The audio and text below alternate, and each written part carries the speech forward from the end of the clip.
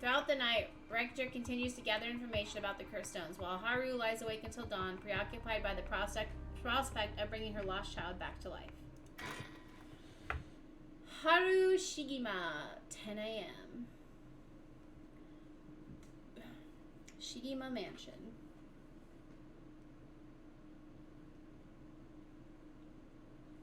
Good morning, ma'am. How are you feeling? I'm fine. I hope we can make good progress today. How's your curse stone looking? I haven't felt anything from it since sunrise. Interesting. It's possible that its powers can only be unleashed at night then. That aside, why are you so late this morning? There are unfortunately some things that can't be investigated while the world slumbers.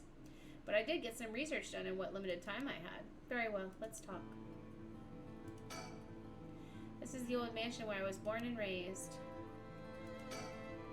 The town is beginning to wake up once more. The clamor of society can be heard from beyond the garden gates. Like any day, a cloud of pollution drifts out from the industrial area.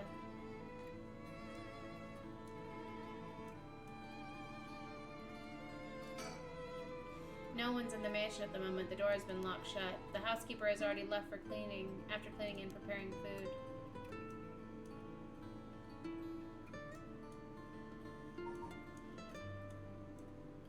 I was hoping I could find another bird, but I don't see one. He's looking a bit tired. He must have been up all night investigating. We may be surrounded by curses and death, but it matters little. My only concern is whether I can see my child again.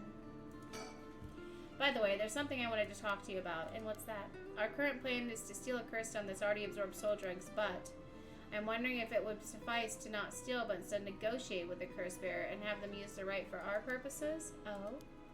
I mean, I suppose that could accomplish the same, but do you think it's possible? So long as we offer compensation, it may prove much easier than you'd expect. Compensation. Cash, for instance. That wouldn't be off the table for a family as rich as the Shigemas, would it? Of course. Why, any amount would be fine if it'd get the job done. I won't let monetary matters lead me to regrets the way it did back with the ransom. Okay, with that option on the table, let's figure out our strategy. Do you have a curse bearer with whom we can negotiate in mind? Not yet. Surprisingly, it seems the other curse bearers haven't been that proactive about collecting soul dregs. Did you see the news this morning? No, I haven't. Overnight, 3 mysterious deaths were reported in this area.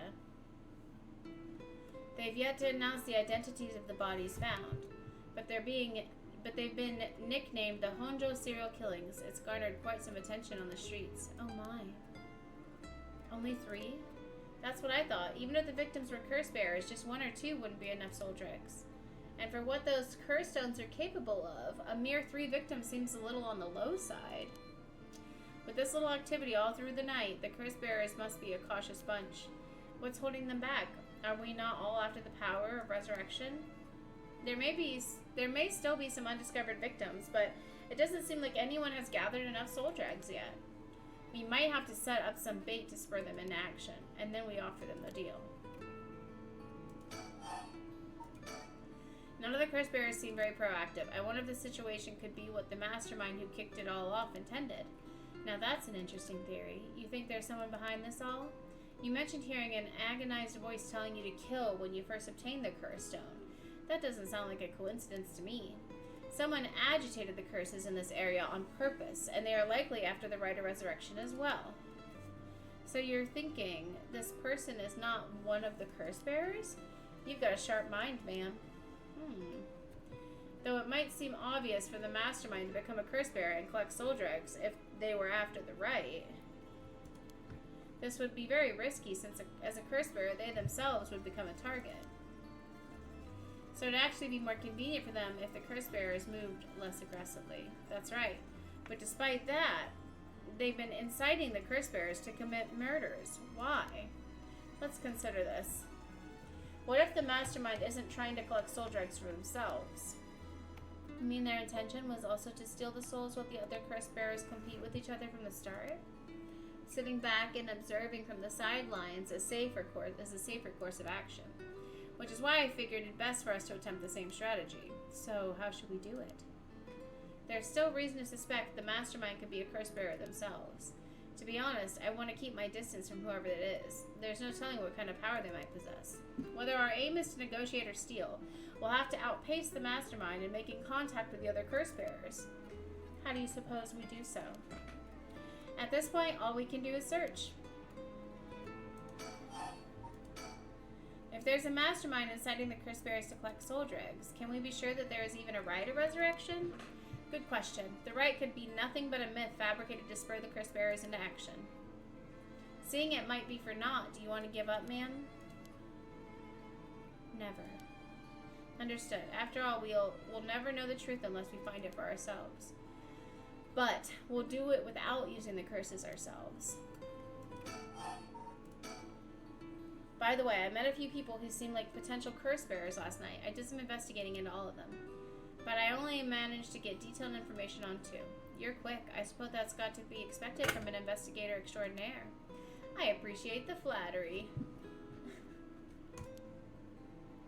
First, there's Ayame Tono, the girl we talked to before, though she isn't a curse bearer herself. She's a student attending T, University of Art. She currently lives alone in an apartment near Midoriko Park. You even determined her address? You're not one to be underestimated, Mr. Investigator Extraordinaire. I called every single university with Yukioi in the curriculum pretending to be her parent. I went around to check on her place on the way here. It doesn't seem like she returned home last night. I'm worried she might have run into some trouble. Didn't you attempt to follow her last night? I'm embarrassed to say, but I couldn't. She shook me. I couldn't keep track of her. And here I thought you were an investigator extraordinaire. I'd like to learn more about her, but it would take some time. She's planning to steal the curse stones just like us. It's best we act carefully around her. Next is a tall man who was dressed in black. I met him near Kinshiko. He stood out with the way he dressed. I managed to get some good information from him. Impressive. What can I say? He works as the secretary to Hihaku Soap's chairwoman. I believe his name is Takumi Imioka. The Hikaru Soap's headquarters and factories are both located in Hanjo, correct? Yes, they've been here for a while, but it's only the past 10 years that the company has shown significant growth.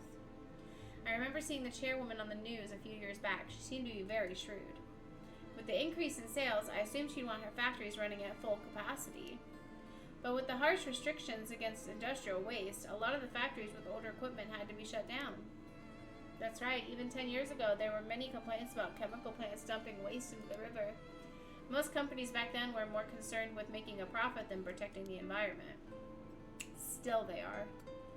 I wonder what a man working for such a company would have been up to in the middle of the night. On the way here, I stopped by the company's headquarters, but they hadn't started for the day. I should have better luck later. Let's hope you will. Perhaps they're interested in seeing if the rite would be beneficial for their product research into beauty and skincare. Ha! Now that's an interesting thought.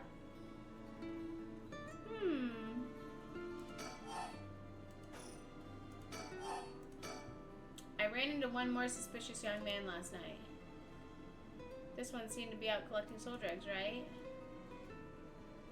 Indeed. I couldn't get a good look at him, though, and I couldn't gather enough intel to properly identify him. Well, that's a shame.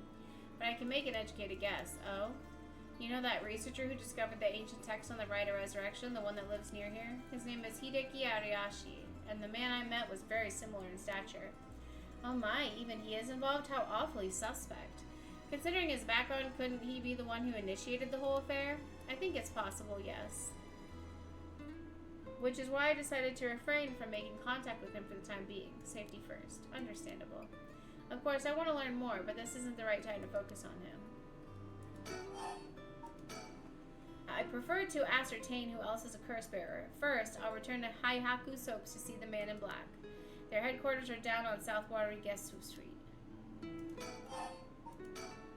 I learned something new about the criminal involved with the kidnapping. It concerns the serial killings. There was a body found at Komagata High School.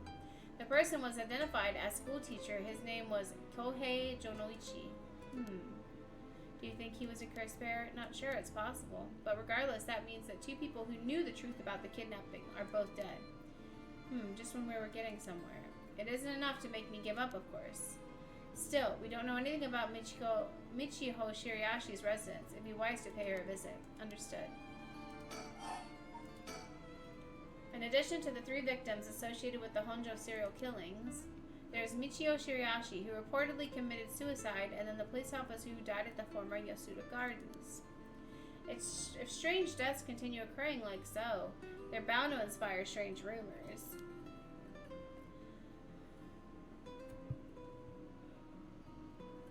But those last 2 have nothing to do with the 7 mysteries, no? It's true, both occurred a week before this accursed situation began. Still, it cannot be ruled out. It's possible that the mastermind was involved, even with those killings. How? What if there were preliminary steps to awakening the 7 mysteries curses? Can we really assume they're unrelated just because the timing doesn't match up?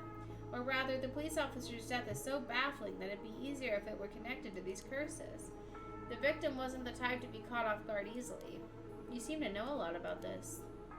I suppose we weren't strangers. My personal feelings might be wrapped up in this one, too. I see. If you were to investigate the matter more, you might get a lead on the mastermind. You're right. If we wish to focus on the mastermind's identity, this would be a fine starting point. We might even discover more deaths related to the curses on the way. We should pay attention in today's news. Well, that's all I have to report. Shall we continue with our investigation? What do you want to do? If you still can't use the curse stone, taking a walk should be a fine place to start. Right, let's go together. I want to see what's really going on for myself. In that case, I'll trust you to decide on where we should go, ma'am. Alright. Where should I go to begin my search? Which places have stood out to me the most thus far?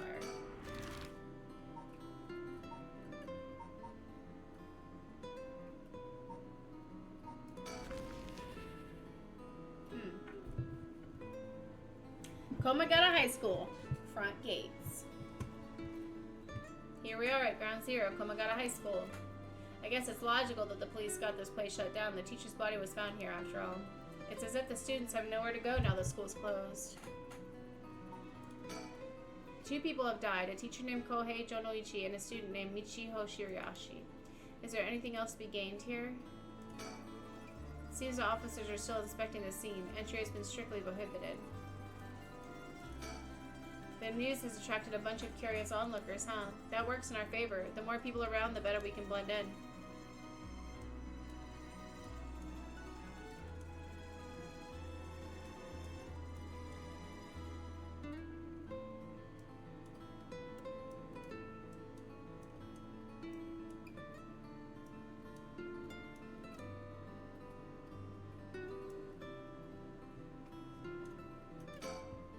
He appears to be wary of those police officers. Maybe the police really do have something against private investigators, just like in those detective novels.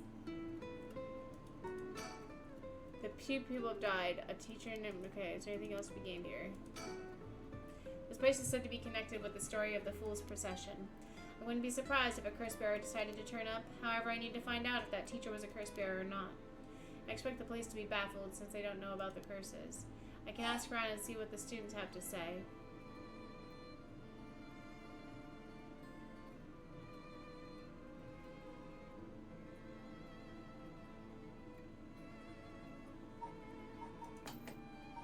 Let's save. I know I don't need to.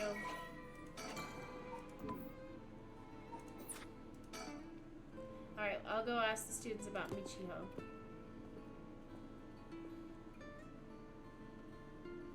I'm back, ma'am. So what did you learn? That school kids sure love a good rumor. I was practically drowning in stories about Mr. Jonoichi and Michio, most of which seemed dubious at best. Not surprising. Most of what I heard was hardly worth a second thought, but there was one story that caught my attention. Oh? Some believe that Michio is the one who killed Mr. Jonoichi. Really? The story's got 2 pieces of evidence to back it up. One of them wasn't news to me. Apparently, he's been mumbling that Michio was going to kill him for some days now. A fellow teacher overheard this mumbling and told the students. And then it spread like wildfire, I suppose. Rumors that juicy don't stay a secret for long. As for the other piece of evidence, a pig-tailed girl in her school uniform was seen around school late last night. Go on. Although numerous people claim to have seen the girl, not one of them saw her face. Some are proposing it was Michio brought back to life, or it was just her vengeful spirit. But it's not like Michio is the only high school girl to wear pigtails. This rumor might have been made up just to fan the flames. But if it were true, I'd want to get a hold of her in order to hear her side of the kidnapping. If she's alive, that'd be ideal. There's still one more thing I should mention. I discovered where Michio lived. A student had a list of student addresses on hand. That's an amazing find. I believe all the students actually have a copy of said list. It truly worries me how easy it was to obtain what should be a confidential information. Imagine what would happen if that information got into the wrong hands. Well, so far it hasn't, no? Sure, let's hope it stays that way. In the meantime, it's now possible for us to visit Michio Shirayashi's house. Alright, so we found out something. I expect her family might be able to tell us more, but it's a hard topic to bring up as soon as after suicide. However, it's normal for a high school girl to keep things hidden from her parents, especially if it involves criminal activity.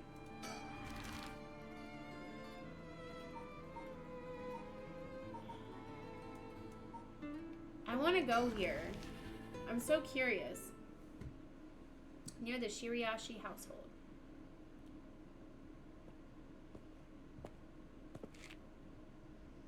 How to go? I went to visit Michio Shirayashi's family home. However, no one seemed to be there. I got no answer at the door, and all the lights were out.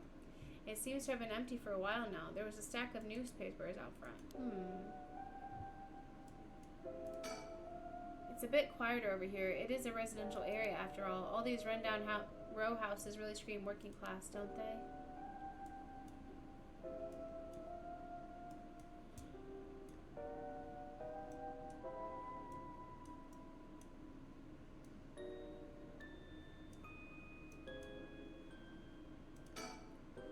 I never liked these messy and cluttered back streets. They give me the jitters every time. It's reassuring to have someone as strong and tall as Richter accompanying me. He looks so unfazed. I suppose a detective is used to this kind of thing, always investigating and chasing criminals. I wouldn't be cut out for it. I don't understand why no one's come to this house, even after Michio committed suicide. I wonder if this place is okay. Social connections run deep in working class areas like this place, so I decided to talk to the locals. I met a few nice old ladies who were kind enough to give me the scoop. Turns out that Shirayashi's reputation really went down in the dumps this past year. Is that so? I'll give you the quick summary. They moved here about 3 years ago. Their previous residence was in a better part of town. Michio's father died in a car accident, leaving behind just the two of them. Michio's mom, Toshiko, now a single mother, relocated here. At first they got along with their neighbors, many of which were in similar situations, helping and being helped in turn. So far so good. What happened? Well, as I said, their reputation began to go downhill about a year ago. A man recognized as Toshiko's common-law husband had moved into the household. His name was apparently Kankichiro Iwai. Kankichiro? Neighborhood gossip is something else. Somehow everyone knew his name. So what of this Iwai character? He was apparently a vulgar fellow with a criminal record. He was prone to violent outbursts. The neighbors often heard screams and shouting coming from the home. The neighbors took particular notice of Toshiko's screams, pleading with him not to hit Michio. That's terrible. As if that wasn't unsettling enough, every night the neighbors also began to hear an eerie chanting. Through this, the Shirayashi standing in the neighborhood plummeted rapidly. Toshiko was often seen covered in bruises and wounds. She stopped responding to her neighbors, who would just turn the other way when greeted. They kept their storm shutters closed even during the day, and effectively shut themselves away from the entire community. That sounds horrible. Why didn't the police step in and do something? Unfortunately, under our current laws, the police aren't allowed to get involved with domestic disputes. That's awful. And then Michio reportedly killed herself. Things only got worse with Iwai, and Toshiko was admitted to the hospital for physical and mental abuse. Ever since, Iwai hasn't returned to their home. Many locals expressed sympathy for Michio's circumstances, but just as many were fed up with the Shirayashis entirely and seemed relieved that things finally quieted down again. It seemed that they were still considered outsiders even after 3 years of living here. I don't understand it. Why would Toshiko have gotten involved in such a brutish good-for-nothing in the first place? I've heard many stories where one partner's personality does a complete turn after entering a relationship. After her first husband's death, Toshiko's financial situation had also taken a turn for the worse. She was determined to send her daughter to a good high school. It's possible she fell victim to sweet promises. Life can be tough, I suppose. You don't seem moved by the story, ma'am. That's fine. People have all kinds of stories.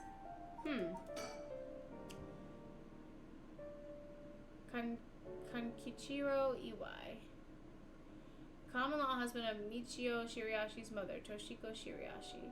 Kankichiro started coming and going from the Shirayashi household a little over a year ago. It seems he has served some time in prison, and the details are unknown.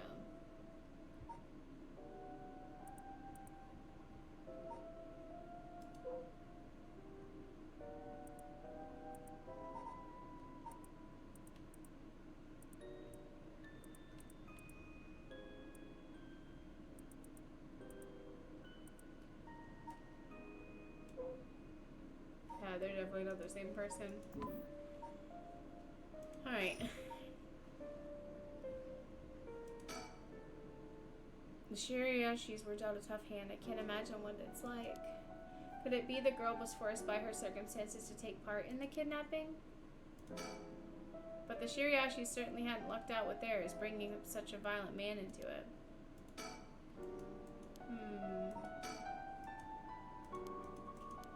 Okay, so we're done here then. Let's go to South Warwick-Guestwick Street.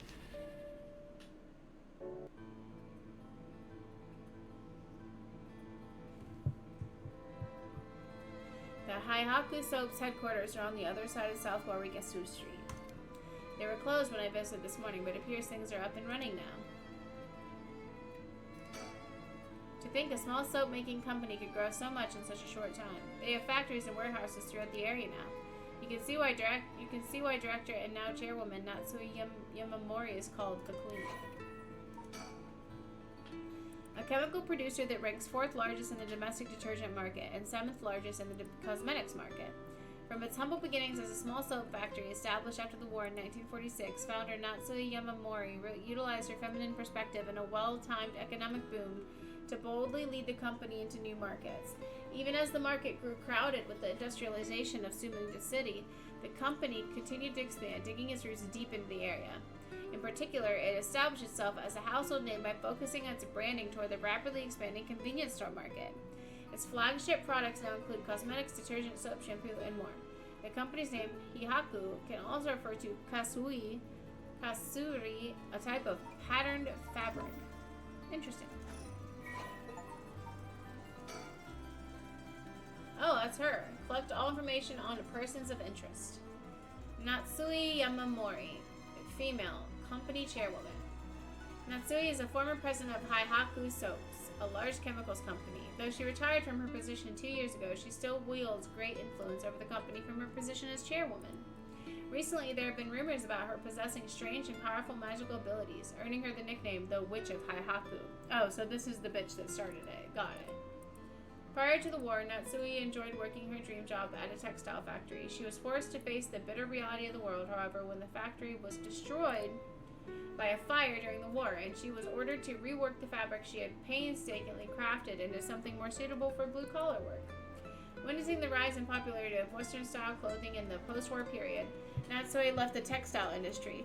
However, a nod to her past can be seen in her company's name, with Haihaku being another name for kasuri, a type of fabric featuring patterns and images woven with dyed fibers.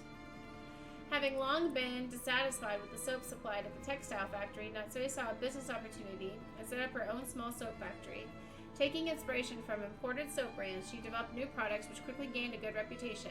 Ever the shrewd businesswoman, Natsui ran an aggressive promotional campaign on the TV, featuring a popular Japanese singer rapidly turning Haihaku soaps into a household name. Interesting. You mentioned that Takumi works as her secretary? That's correct.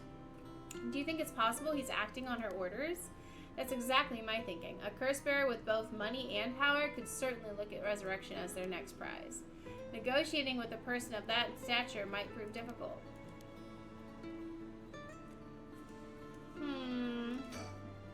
Back in the Edo period, the canal known as South Warwick-Guestwick Street ran through this area, but it's been turned into a major road.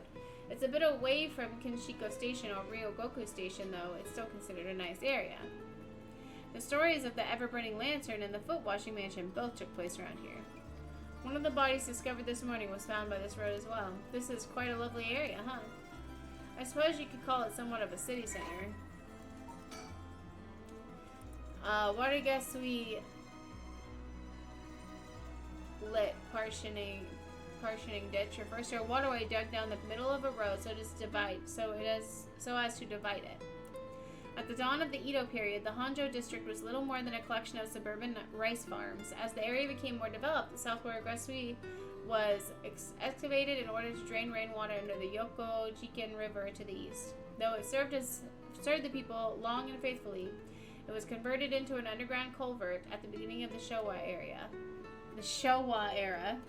In the present, no trace of it remains on the surface but the street that bears its name. Interesting.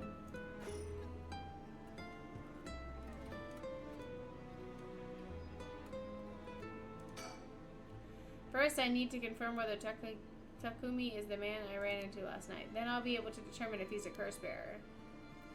It'll be better if I go inside the headquarters alone. You should walk around. Visit a cafe or some tea, perhaps?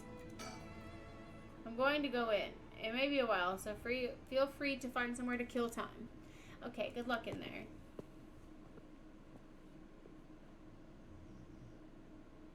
Sorry to keep you waiting. How did it go?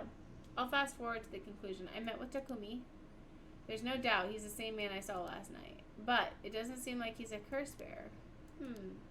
But that doesn't mean he has no connections to the recent curses. He knew about the 7 mysteries. He even guessed we had a curse stone of our own. Excuse me?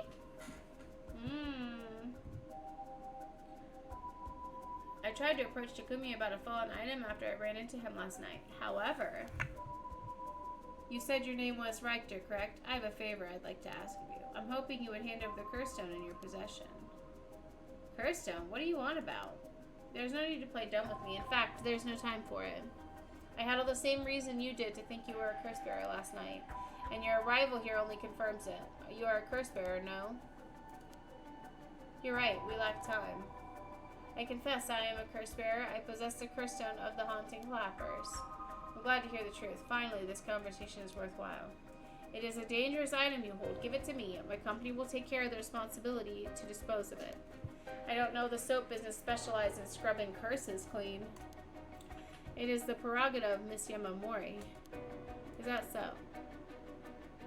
Assuming you've obtained the curse, you understand the power it involves, no?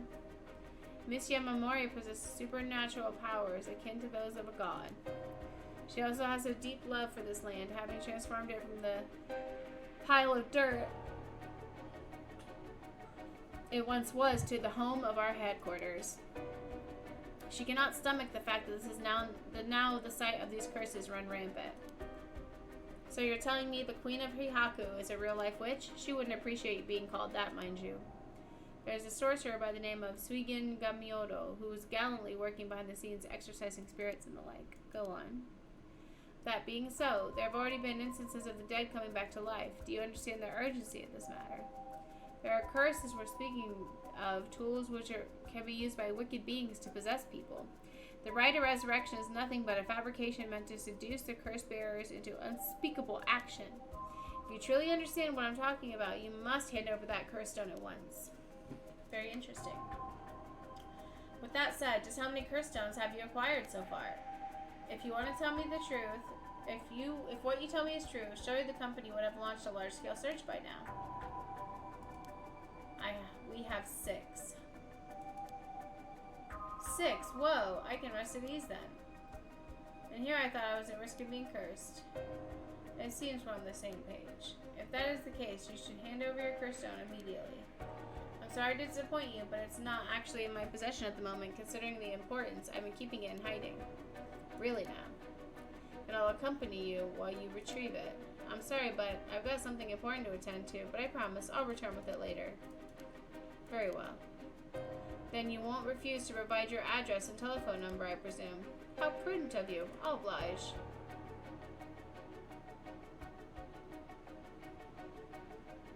And that's how it went. So they aren't after the right after all? I wouldn't be so quick to trust him. Oh? I believe we're dealing with a master in deception. He may well have made up a story to convince us to part ways with our stone. I think he was lying about having procured 6 stones as well. Like, really? 6? That's excessive. Well, now I feel gullible. Okay, so math. Okay. So 1. Then we have 1, and then Tetsuo has 3, right? So that's 4. So there's no way they can have 6 because that would make 10. The company is plotting something. I wonder what they mean to do with the curse stones. He seemed rather desperate to get a hold of ours, despite us not having collected any soul dregs. Perhaps the people at Hahaku are the masterminds behind the curses being unleashed. Because the chairwoman's a witch? I wonder about that too. If she really were that powerful, would her secretary have divulged that information so casually? Takumi was either making it up as he went, or he's trying to spread a rumor. For what purpose would he do that? Recently, people have been caught up about the occult more than ever before. If word spreads that Hahaku's chairwoman has godlike powers, she could very well benefit socially and politically from that mystique. That's unsettling. I agree. We should avoid Hahaku for the time being. It'd be a pain if I have to deal with Takumi again. He tells me he barely slept last night, and yet he seems to be brimming with energy. Was I too that resilient at his age? Perhaps it's what sets apart a detective from the rest. By the way, there's one more thing of interest I heard while in the company's reception lobby. And what's that? People were discussing whether one of the bodies found this morning was that of a Hihaku employee. Really? So long as the officials haven't revealed the identity, it all amounts to no more than speculation, though. Yeah, it was Shogo. Despite that, I've reason to believe Hihaku Soaps is deeply involved with the 7 mysteries. At the very least, I can assure you I've gathered that much. The more we know, the better our negotiations will go. How interesting that the queen of Hihaku, or the witch, whatever she is trying to get her hands on the right of resurrection. It's like some kind of dark fairy tale. Regardless of what it is or isn't true, we must stay one step ahead. I agree.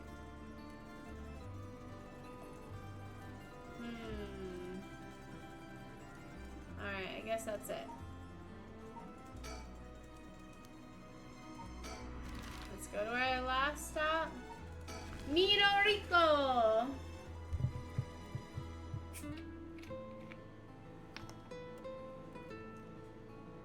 Well, you're here. This is Midoriko Park.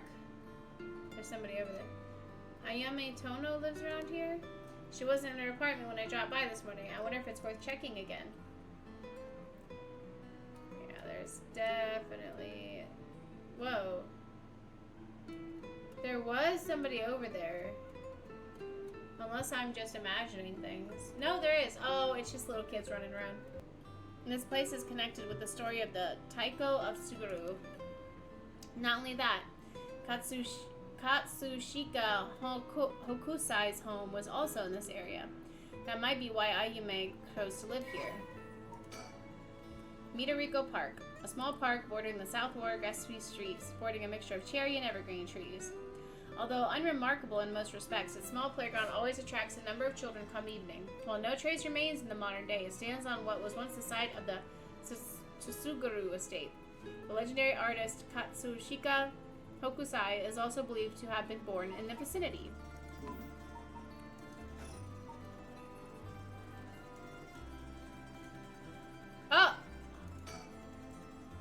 Oh, good going, ma'am. You found a haiku. That's a rare one. Haiku. Get it? Is it now?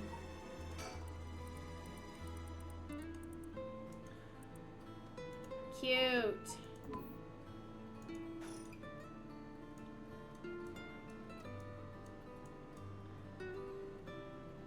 Nothing? You got nothing for me, game? You got nothing for me? It seems picking up Ayume's trail is out of the question for now. Why did we even come here? It's always heartwarming to see children playing in the park. Richter seems to like kids, perhaps because they're on the same wavelength. We won't get much done standing around here. Why don't I go and check out Ayame's apartment? You don't mean to speak with her, do you? No, I prefer to get an idea of what she's been up to. I'd like to see whether she's been home or not, just to potentially get a trace on her movements. Then, be my guest. Okay, I shouldn't be long.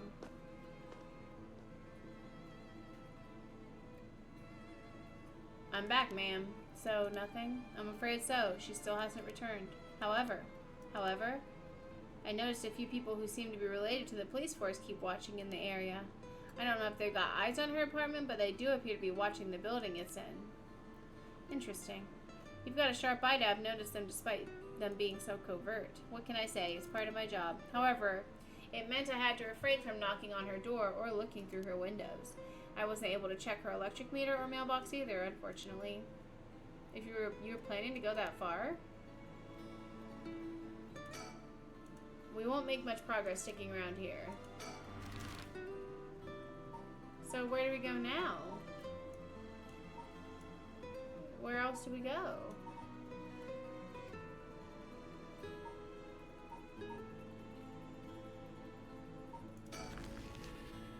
And we got a high school front gates. This is good. I can imagine students are uneasy after learning of the murder. It may do them well to stay home for some time, if not for fear of their safety. The police are probably too wrapped up in solving the case to be concerned about the students' mental health. I can see that. It's important that society provides a safe environment for the benefit of our youth. Some school policies could use some rewriting, especially those handling the students' personal information. That's right, I don't want any student being kidnapped on their way back home ever again. I expect criminals to grow more cunning as time passes. There may be times where the authorities can't keep up. That's where outlaws such as myself come in. What's this about? Actually, just forget I said anything.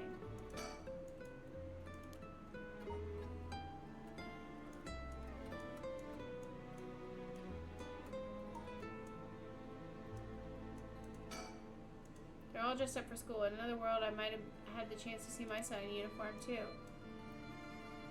Okay, so that's it here, then. There's nothing. Let's go back here, I guess.